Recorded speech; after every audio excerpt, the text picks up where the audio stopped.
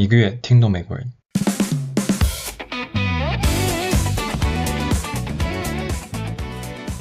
Hello, everyone, and welcome back to Everyday English Academy. I'm Sarah. And I'm Mike. It's really nice to have you here with us today. It really is. How are you doing today, Mike? I'm doing well, thank you. Although, I have to say, this morning was a little stressful. Oh no, what happened? Well, I had to go to a networking event for work. You know, one of those meetings where you have to talk to people you don't know. Oh, I know exactly what you mean. Those can be really difficult. Yeah, I was standing there with my coffee and my hands were shaking a little bit. That sounds uncomfortable. Uncomfortable means you don't feel relaxed. You feel a bit stressed. Exactly. My heart was beating really fast, too. I completely understand that feeling. Actually, Mike, I think a lot of our listeners feel this way sometimes. You think so? I do. And that's actually what we want to talk about today. What is it? Today, we're going to talk about social anxiety, how to talk about it in English, and how to express those feelings. That's a really important topic. I think many people experience this. They do. And before we start, if you're enjoying our conversation, please subscribe to Everyday English Academy. Yes, and give this episode a like. It helps us so much. Thank you. Now, Mike, let's talk about your morning. You said you felt nervous at that event. I did. Very nervous. Can you describe it a bit more? What did it feel like? Well, when I walked into the room, there were maybe 30 people there. Everyone was already talking in small groups. Okay. And I didn't know anyone. I just stood there, holding my coffee, looking around. That's a really common feeling. You felt out of place? Yes, exactly. Out of place, like I didn't belong there. And your hands were shaking. A little bit, yes. And I could feel my heart like it was pounding in my chest. Pounding. That means beating very hard and fast. Right. It was uncomfortable. I wanted to leave. But you didn't leave, right? No, I stayed. I took a deep breath and I walked over to a small group. That's really brave, Mike. Thank you. It wasn't easy. I think a lot of people can relate to that story. Relate means you understand it because you've experienced something similar. I hope so. I don't want to be the only one. You're definitely not the only one. I feel like that all the time. Really? You seem so confident. Well, thank you. But inside, I feel nervous in many situations. Like what? Let me think. I feel really anxious when I have to speak in front of a group. Like at a meeting? Yes, or even just speaking up in a classroom or a workshop. My voice gets a little shaky. I didn't know that about you. It's true. And sometimes when I'm at a party where I don't know many people, I feel the same way you described, out of place. What do you do in those moments? Usually, I try to find one person to talk to. Just one. That makes it easier. That's a good strategy. It helps, but it's still hard. Sarah, can we talk about the difference between feeling nervous and having social anxiety? Oh, that's a great question. Yes, let's talk about that. Because I think everyone feels nervous sometimes, right? Right, that's very normal. If you have to give a presentation or meet someone new, feeling a little nervous is completely normal. So what makes it social anxiety? Well, social anxiety is stronger. It's when the nervousness is so strong that it stops you from doing things. Can you give an example? Sure. Let's say you're invited to a party. If you feel a little nervous, but you still go, that's normal nervousness. Okay. But if you feel so anxious that you decide not to go at all and you avoid parties completely, that might be social anxiety. I see. So it's about how much it affects your life. Exactly. Avoid means to stay away from something. You don't do it because it makes you too uncomfortable. That makes sense. And Mike, social anxiety can show up in different situations for different people. What do you mean? Well, some people feel very anxious about public speaking, but they're fine at parties. Okay. Other people are okay with giving a presentation, but they feel really anxious about making small talk. Small talk. That's casual conversation, right? Like talking about the weather? Yes, exactly. Light conversation. How was your weekend? Nice weather today. That kind of thing. I'm actually not very good at small talk. Really? You seem very friendly. Thank you. But sometimes I don't know what to say. There's this awkward silence. Awkward means uncomfortable and a little embarrassing. Yes, and I just stand there, not knowing what to talk about. I think everyone has experienced that. It's really uncomfortable. It is. But you know what? With practice, it gets easier. That's good to hear. Mike, let's talk about some common situations that make people feel anxious. Okay, I like that idea. We already talked about parties and networking events. What else? Meeting new people, definitely, especially if it's one-on-one. Like a first date or a job interview? Yes, job interviews are very stressful. You have to make a good impression. They are. Your palms get sweaty? Your palms, those are the inside of your hands. Right. And you worry about saying the wrong thing. What about phone calls? Oh, yes. Phone calls make a lot of people nervous. Really? Why? Well, you can't see the other person's face, so you can't read their expression. That's true. You have to respond quickly, and you can't take time to think. Exactly. A lot of people prefer texting for that reason. I definitely prefer texting. Me too, actually.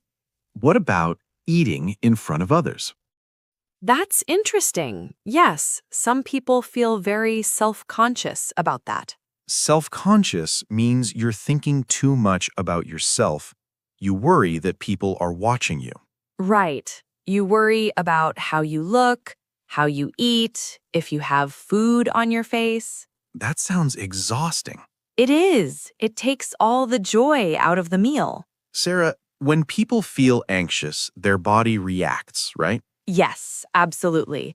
Anxiety affects your body, not just your mind. What are some of the physical feelings?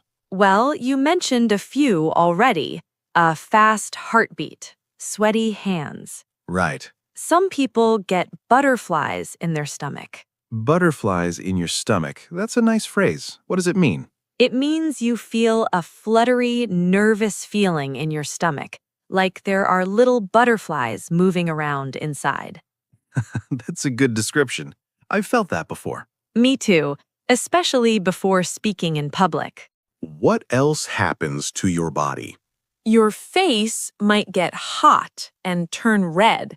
That's called blushing. I blush sometimes when I'm embarrassed.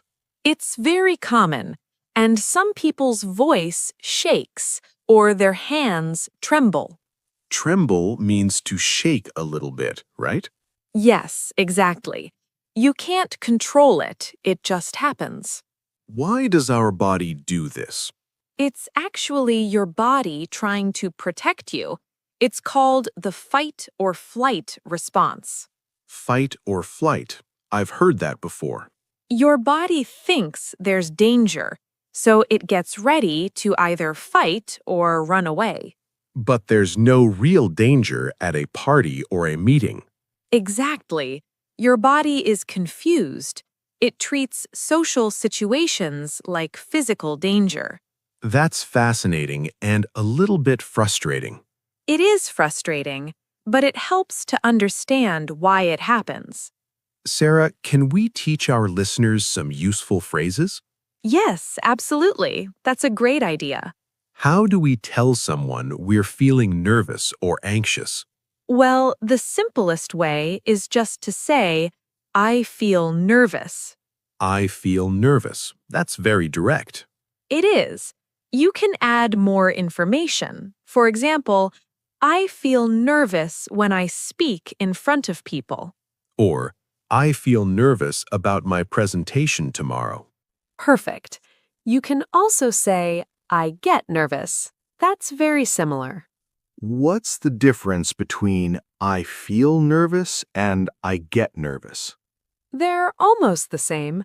I get nervous is maybe a bit more casual. Okay. Can you give an example? Sure. I get nervous at big parties. Or I get nervous when I have to make phone calls. Exactly. Now, what if you want to describe something that makes you nervous? How do we say that? You can say, it makes me nervous, or it makes me uncomfortable. Can you give an example? Public speaking makes me nervous, or meeting new people makes me uncomfortable. I see. So the structure is the situation plus makes me plus the feeling. Exactly. You've got it. What about the word anxious? How do we use that? Anxious is very similar to nervous, but it sounds a bit stronger. So I feel anxious about my job interview. Yes, perfect. Anxious often means the feeling lasts longer or it's more intense. That makes sense. You can also say, I have anxiety about. For example, I have anxiety about social situations. These are all really useful phrases. They are. And Mike, it's okay to tell people how you're feeling. What do you mean? Well, if you're at an event and you're feeling overwhelmed, you can tell a friend. Overwhelmed. That means it's too much to handle, right? Yes, exactly. You feel like it's more than you can manage. So I could say something like, I'm feeling a bit overwhelmed. Can we step outside for a minute? That's perfect. And a good friend will understand and support you. That's comforting to know. It is. You don't have to suffer in silence. Sarah, what can people do when they feel anxious in social situations? That's a really important question. There are several things that can help. Tell me. First, take deep breaths. Slow, deep breathing can calm your body down. How does that work? When you breathe slowly, it sends a signal to your brain that everything is okay, that you're safe. So it helps reduce the physical symptoms. Exactly. Your heart rate slows down, you feel a bit calmer. That's really helpful. The second thing is prepare ahead of time. What do you mean by that? Well, if you know you're going to a party, think of some topics to talk about beforehand. Like questions I can ask people. Yes. What do you do? How do you know the host? Have you been here before? Simple questions. Exactly. Having something ready makes it less scary. That's smart. What else? Start small.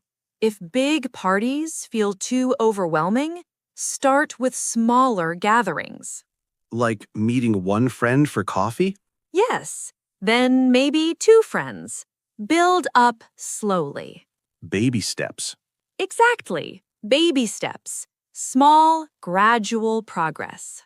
I like that approach. And Mike, this is really important. Be kind to yourself. Be kind to myself? Yes, don't criticize yourself for feeling nervous. It's normal. It's okay. That's hard to do sometimes. I know. But instead of saying, I'm so stupid for being nervous, Try saying, "It's normal to feel this way. I'm doing my best." That's much gentler. It is, and it helps you feel better about yourself. What if someone's social anxiety is really affecting their life, like they can't go to work or school? That's a really important point, Mike. If anxiety is seriously impacting your daily life, it's a good idea to talk to a professional. Like a therapist? Yes, a therapist or counselor can provide strategies and support. There's no shame in getting help. No shame at all. It's actually very brave to ask for help. I agree with that.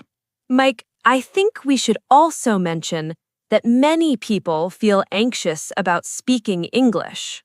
Oh, that's true. Language anxiety.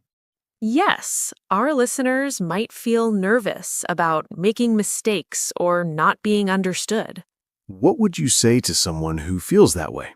I would say mistakes are how we learn. Every single person who speaks English fluently made thousands of mistakes. That's true. And most people are very patient with language learners. They appreciate the effort you're making. So, communication is more important than perfection. Exactly. If someone understands you, that's success. That takes a lot of pressure off. It does. And you know what? Everyone watching this video right now, you're already being brave. How so? You're learning a new language. You're watching this in English. That takes courage. That's a really good point, Sarah. So be proud of yourself. You're doing great. I think our listeners needed to hear that. I hope so.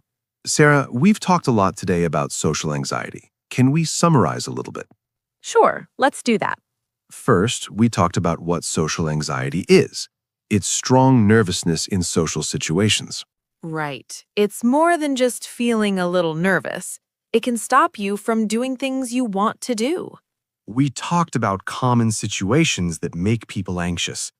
Parties, meetings, phone calls, public speaking. And we discussed the physical symptoms: fast heartbeat, sweaty palms, butterflies in your stomach. We learned some useful phrases. I feel nervous when. It makes me uncomfortable. And we talked about some helpful strategies: taking deep breaths, starting small, being kind to yourself. Most importantly, we learned that these feelings are normal. Very normal. You're not alone if you feel this way. And it's okay to ask for help if you need it. Absolutely. Sarah, before we finish, I have a question for our listeners. Oh, I love this part. What's the question? I want to ask, what social situations make you feel nervous? That's a great question. And how do you deal with it? What helps you feel better? Please write your answer in the comments below. We read every single comment. We really do. We love hearing from you. You can write something like, "I feel nervous when I meet new people. I deal with it by smiling and asking questions." Or, I get anxious at job interviews. Deep breathing helps me feel calmer. Any answer is perfect. We just want to hear from you. And remember, if you found this conversation helpful, please subscribe to Everyday English Academy. Yes, and click the notification bell so you don't miss our next episode. Give this episode a like if you enjoyed it. And share it with anyone who's learning English. We can all learn together. Thank you so much for being here with us today. Yes, thank you. We really appreciate you. Remember, it's okay to feel nervous. You're not alone. Be patient with yourself. Be kind to yourself. And keep practicing your English. You're doing a wonderful job. We'll see you in the next episode of Everyday English Academy. Take care, everyone.